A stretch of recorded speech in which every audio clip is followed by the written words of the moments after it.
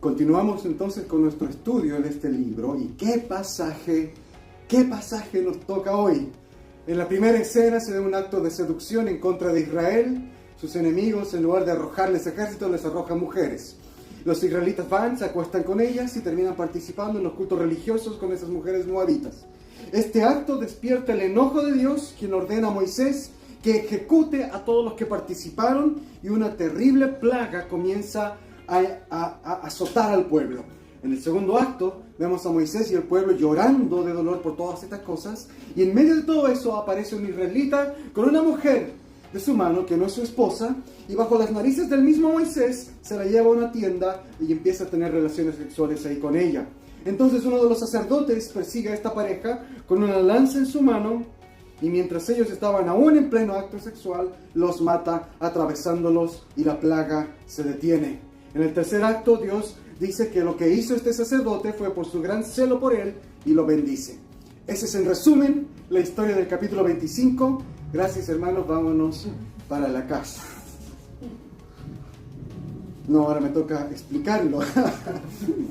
Es una historia compleja, pero para nada aburrida. Voy a hacer mi mejor esfuerzo, hermanos, para tratar de explicar qué quiere enseñarnos la palabra a través de esta historia. Pero antes, déjeme pedirle ayuda al Señor. Señor, concede que los dichos de mi boca y las meditaciones de nuestros corazones sean gratos delante de ti, para gloria tuya y para la edificación de nuestros espíritus. Amén. Amén. Hay tres ideas principales en este pasaje: la gran ira de Dios, un gran celo por Dios y la gran misericordia de Dios. La gran ira de Dios, un gran celo por Dios y la gran misericordia de Dios. Entonces vamos a ir viendo uno por uno estos puntos. Versos 1 al 5. La gran ira. Estos versos comienzan con el pueblo corriendo hacia la maldición, hacia el pecado. El verso 1 dice que el verso 1 dice que los hombres de Israel comenzaron a prostituirse con las mujeres de Moab. Lo que la Biblia está mostrando aquí es pecado sexual. Los hombres dejaron a sus esposas en Israel y fueron tras otras mujeres. Ahora, ¿cómo pasó esto? ¿Fue casualidad? ¿Fue que estaban ahí felices en el campo estos hombres y unas muchachas vinieron y fue amor a primera vista y terminaron yendo a sus carpas? No, nada de eso. Este acto de inmoralidad tiene un origen mucho más oscuro, algo que solamente nosotros como lectores llegamos a ver cuando en este libro llegamos al capítulo 31, estamos en el 25. En el capítulo 31 se nos dice que había sido Balaam. ¿Recuerdan los que estuvieron la semana pasada, el capítulo anterior? El rey de Moab había contratado a un brujo, un hechicero, para que maldiga a Israel, pero Dios no se lo permitió. Y este hombre, en lugar de maldecir a Israel, terminó bendiciendo a Israel. Entonces la Biblia, en Números 31, nos dice que fue Balaam, en el verso 16, fue Balaam quien, al ver que su maldición no había producido efecto, como Dios no le permitió maldecirle, él vino con esta idea. Cuando él vio que no pudo dañar a Israel por medio de su brujería, vino con esta nueva estrategia. Los moabitas no habían podido herir a los israelitas por medio del ejército, porque eran menores, eran más chicos, tampoco mediante la hechicería. Así que decidieron hacer algo más estratégico. Si no los podemos matar, mejor traigámoslos que se hagan de los nuestros, mediante el sexo ritual a nuestro Dios Baal. Y eso es lo que estamos viendo aquí. Este despreciable hombre vino con esta idea. Y esto fue lo que causó el enojo de Dios. Ahora, aquí muchos detractores de la Biblia y del cristianismo dicen, porque Dios odia el sexo, ¿cómo va a castigar si simplemente están disfrutando de su vida? Dios es un mojigato. Eso no es así. Déjenme decirles, hermanos, que eso no es así. Dios no odia el sexo, Él lo creó.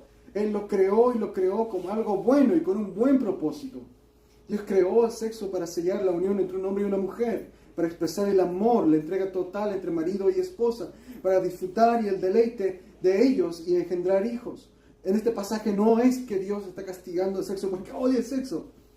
Él lo diseñó para que fuera como un pegamento. Y así funciona el sexo. Es un pegamento que te une a otra persona. No es malo. Lo malo es usar el sexo en el lugar equivocado y para los propósitos equivocados. El sexo mal utilizado puede hacer mucho daño. ¿Cuántas personas destruyeron sus matrimonios por un error, por una aventura? Y no solamente sus matrimonios, sino que también hijos destruidos desde la niñez. Traumas, dolores, angustias, vidas rotas, confianzas rotas, relaciones rotas. Cuando el sexo es usado fuera del diseño para el que el Señor lo creó, hay dolor. Y eso es lo que estamos viendo en nuestro pasaje en el verso 1. Es mucho más que un pecado sexual, es un pecado espiritual. Porque ¿qué pasó con los israelitas? Después de que ellos se acostaran con estas mujeres, ¿qué pasó? El sexo funcionó como Dios creó que funcionara, como un pegamento. Entonces ellos, al tener relaciones con ellas, estuvieron unidos a ellas.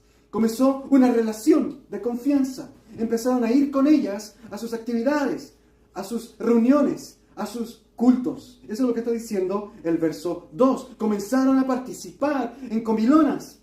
En comilonas, pero no eran simples carretes, eran comidas que se hacían en torno a cultos a sus dioses paganos. Y comenzaron a comer esa comida y pronto ellos estaban inclinándose, adorando a Baal, al dios de los moabitas. Lo que el rey de Moab no había logrado con sus ejércitos, ni Balaam con su brujería, lo lograron con el pecado sexual. Por eso es que la Biblia advierte tanto acerca de unirse en yugo desigual. De hecho, la palabra que aquí se ha traducido como participar, en el hebreo original es yugo. Ellos terminaron en el yugo de Baal. Entonces, este pueblo que había jurado no tener dioses ajenos ni adorarlos, ni inclinarse ante ellos, en Éxodo 20, los 10 mandamientos, terminaron rompiendo los 2 primeros mandamientos. Hermanos, así es como ataca el enemigo. Este pasaje es muy potente. El pueblo de Dios hoy día sigue sufriendo tremendas bajas con esta misma estrategia. A veces hablamos del ataque del diablo o hablamos de la persecución y lo que viene a nuestra mente, lo que viene a mi mente es que tenemos que estar preparados cuando venga alguien con una pistola en mano y me diga: Martín, renuncia a Dios o te pego un balazo. Y decimos: no, yo tengo que estar preparado cuando venga esa amenaza. Pero hermanos, nos olvidamos. Este pasaje nos está mostrando la verdadera persecución que hoy día se está llevando a cabo. No viene en esa forma de amenaza donde alguien está con una pistola. Viene en forma de invitación. El verdadero ataque que está dañando y está haciendo caer a cientos de cristianos hoy en todo el mundo viene en forma de invitación para atraerte a hacer algo que tú deseas, que tú anhelas, algo que te va a gustar. Te seduce en tus áreas débiles. La seducción de vivir como el resto, de practicar lo mismo que el resto, de amar como los demás aman. Esa es la verdadera persecución que hoy día está atacando y haciendo caer a miles de cristianos. Debemos tener los ojos abiertos y reconocer que diariamente vienen oleadas de ataques de seducción. Quizás no sean mujeres que vienen directamente, como en este caso las mujeres moabitas, pero pueden ser cosas más sutiles. El diablo busca que amemos las cosas de este mundo. Puede ser la música del mundo, el arte del mundo, la mentalidad del mundo, la cultura del mundo. El ataque no viene con una pistola diciéndote: si dejas de creer en Cristo te mato. El ataque viene diciendo: hazlo, diviértete. Tienes una sola vida, vívela. Esa es la estrategia más terrible que usó Moab y que el diablo sigue usando en contra del pueblo de Dios. Y el problema es que cuando empezamos a darle gusto, empezamos a participar de actividades. Cuando nos ponemos a hacer otras cosas, terminamos adorando dioses falsos. Eso es lo que pasó con Israel. Terminaron adorando a Baal y ofendiendo al único que los amó, protegió y llenó de bendiciones. El sexo mal utilizado sigue siendo una trampa mortal también hoy. He tenido amigos y amigas, personas que he conocido de carne y hueso, reales, que comenzaron con entusiasmo, dedicación, su caminar cristiano, hasta que se enamoraron de alguien que no era creyente. Y poco a poco esa unión generó en ellos nuevos gustos, nuevos compromisos, nuevas actividades. Uno diría, pero qué de malo hay que también participen en otras cosas, son sus amigos. El problema es que esas nuevas actividades, nuevos gustos, también generaron nuevas convicciones, nuevas ideas, nuevas fidelidades y terminaron alejándose de los caminos del Señor.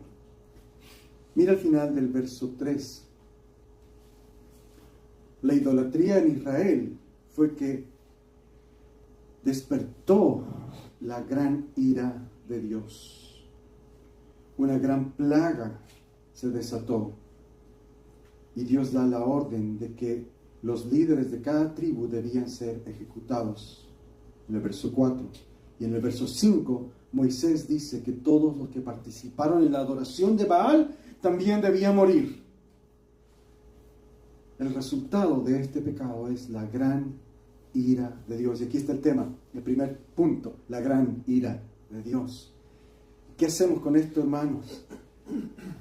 ¿Te sorprende que el Dios de la Biblia pueda enojarse tanto al punto de decidir matar a todos los que participaron en esos cultos? Esto nos debe mostrar cuán grave es darle la espalda a Dios de verdad y caer en idolatría. Y aquí quiero decir algo, porque este pasaje en este sentido es bien difícil de entender para nosotros.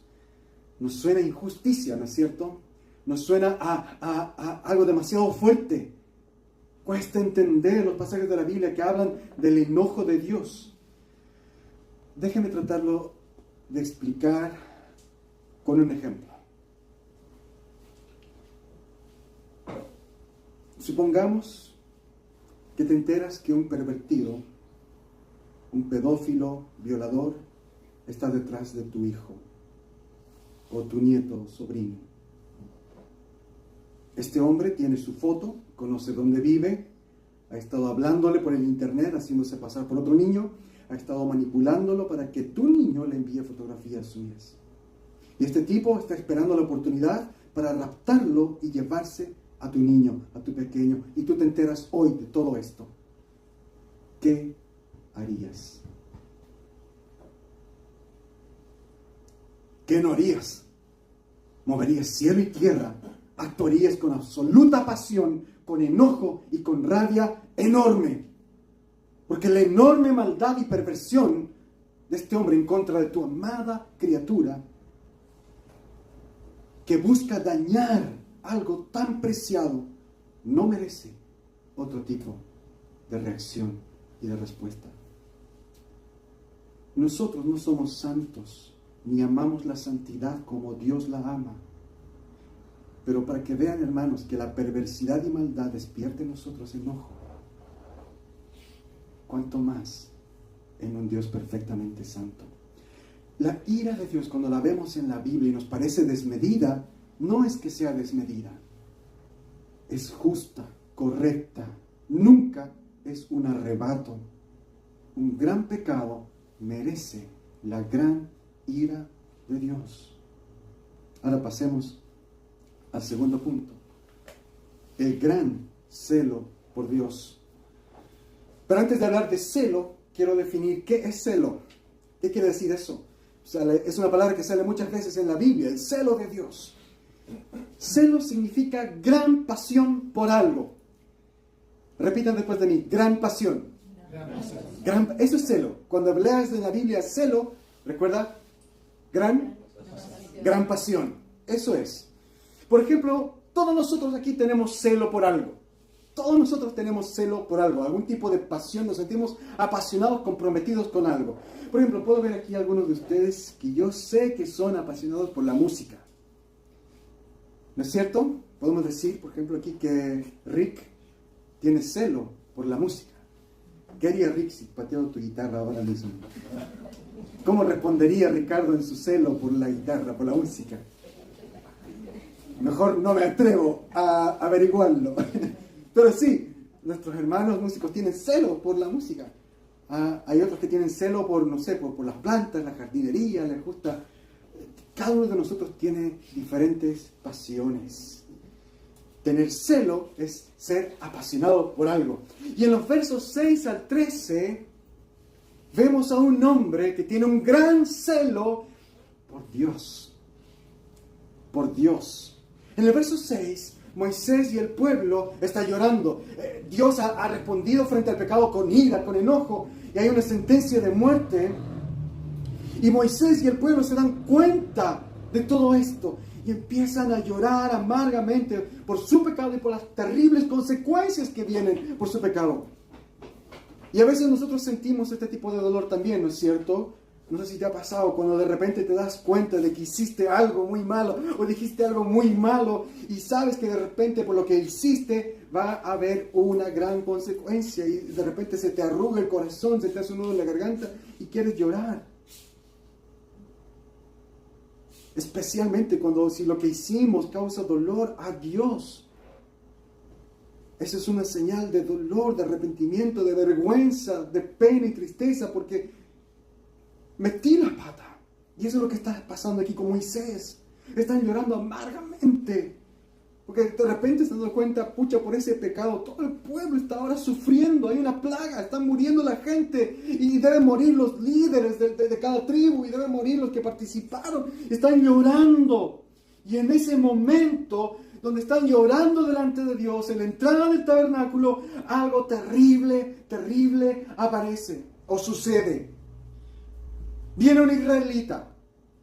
Ahora, ojo, este no es un israelita cualquiera. Más adelante en el verso 14 nos enteramos de que se llamaba Zimri y que era jefe de una de las tribus. Él era un príncipe de Israel.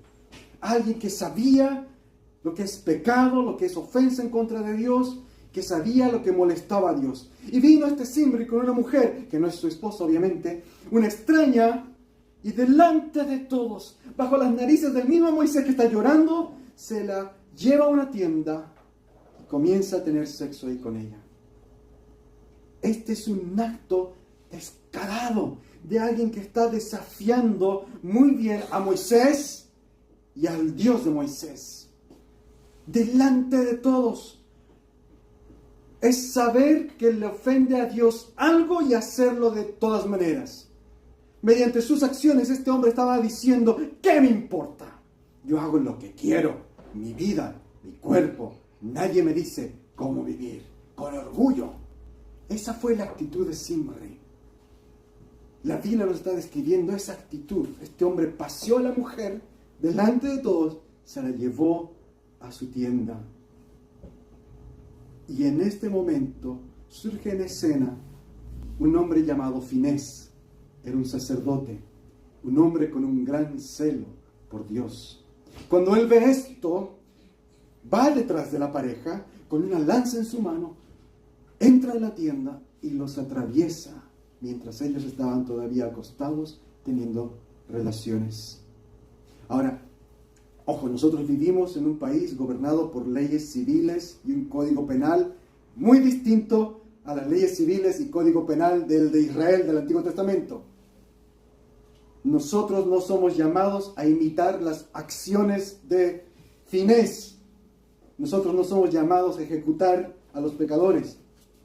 Pero la actitud de Finés, su pasión por la honra de Dios, eso es algo que debemos anhelar. Dios dice en el verso 11, creo que es el que está, no, ahí.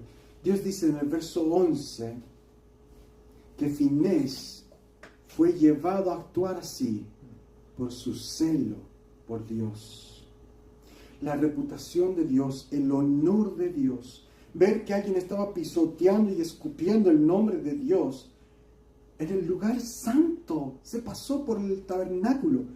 Eso fue lo que gatilló una ira santa en Finés y lo que gatilló sus acciones. Es tremendo, queridos. Los hijos de Dios deberíamos ser celosos por nuestro Señor y apasionados por Él, por su honra y gloria y honor. Y después de las acciones de Finés, el Señor habló y dijo estas palabras: llevado por el celo que yo mismo tengo por mí, Finés ha hecho que mi furor sea parte de los hijos de Israel, por eso no los he consumido. ¡Wow! Este era el momento más peligroso para los israelitas desde que salieron de Egipto. Ese día estuvieron a punto de ser consumidos por Dios. Pero las acciones de Finés, su celo por Dios, aplacó la ira de Dios. Por 40 años, Él los había llevado por el desierto, los había rescatado. Por 40 años, por medio de milagros milagrosos y extraordinarios, los había alimentado, les había dado comida, agua, maná, los había preservado, y ellos se habían mantenido pecando. Dios se mantuvo fiel en su gran amor. Hace no mucho tiempo atrás, Él los estaba liberando de las maldiciones de Balaam, el adivino, los estaba bendiciendo por medio del mismo, y ellos, por su propia lujuria, mientras Dios los protegía y bendecía, se fueron, se acostaron con otras mujeres, le dieron la espalda a Dios y trajeron la maldición de Dios al pueblo. Por un poco de placer, casi pierden todo.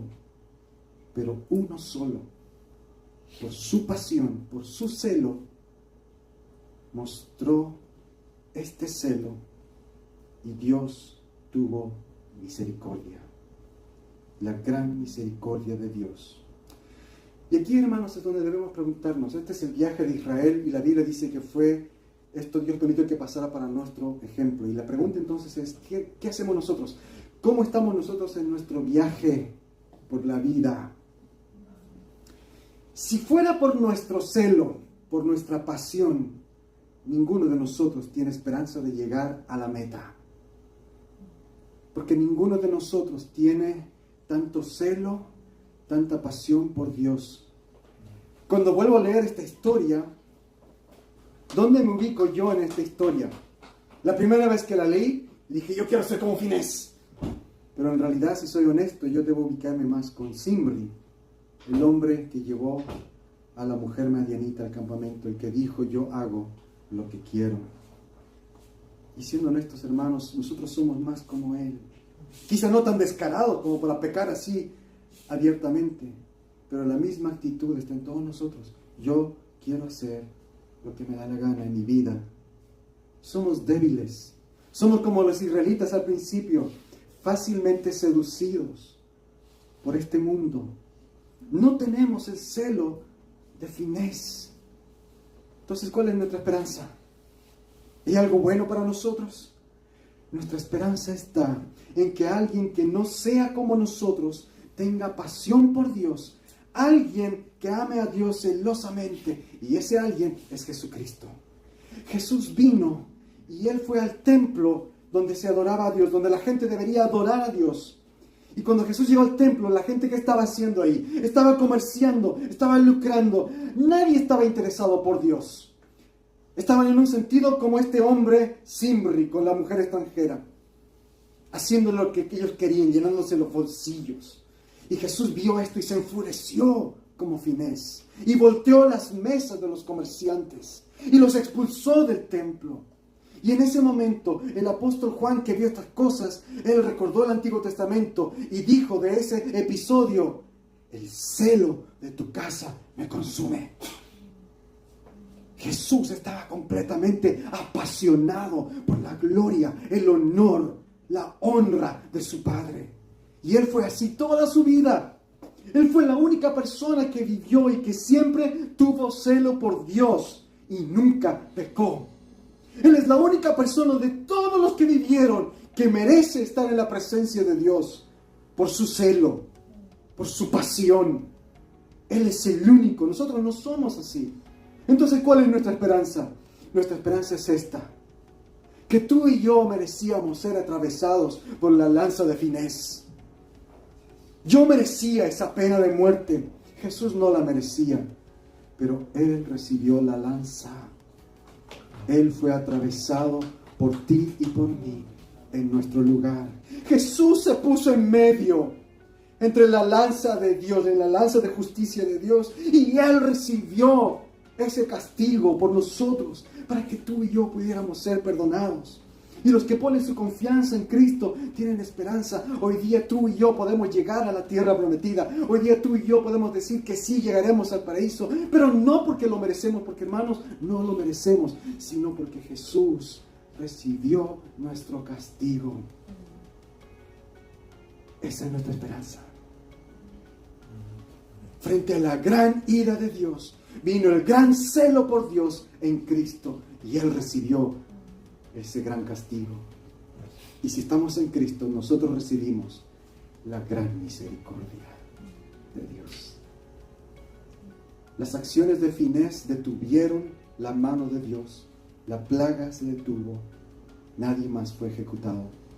Las acciones de Jesús detuvieron la ira de Dios. Tú y yo no moriremos por el celo de Cristo. ¿No es maravilloso nuestro Señor? ¿No es maravilloso nuestro gran sumo sacerdote? Alguien mejor que Finés es nuestro sacerdote. Así que hoy podemos confiar en Él, podemos seguir sus pasos y podemos también aprender de su pasión para nosotros empezar a desarrollar pasión por Dios. Amén. Oremos.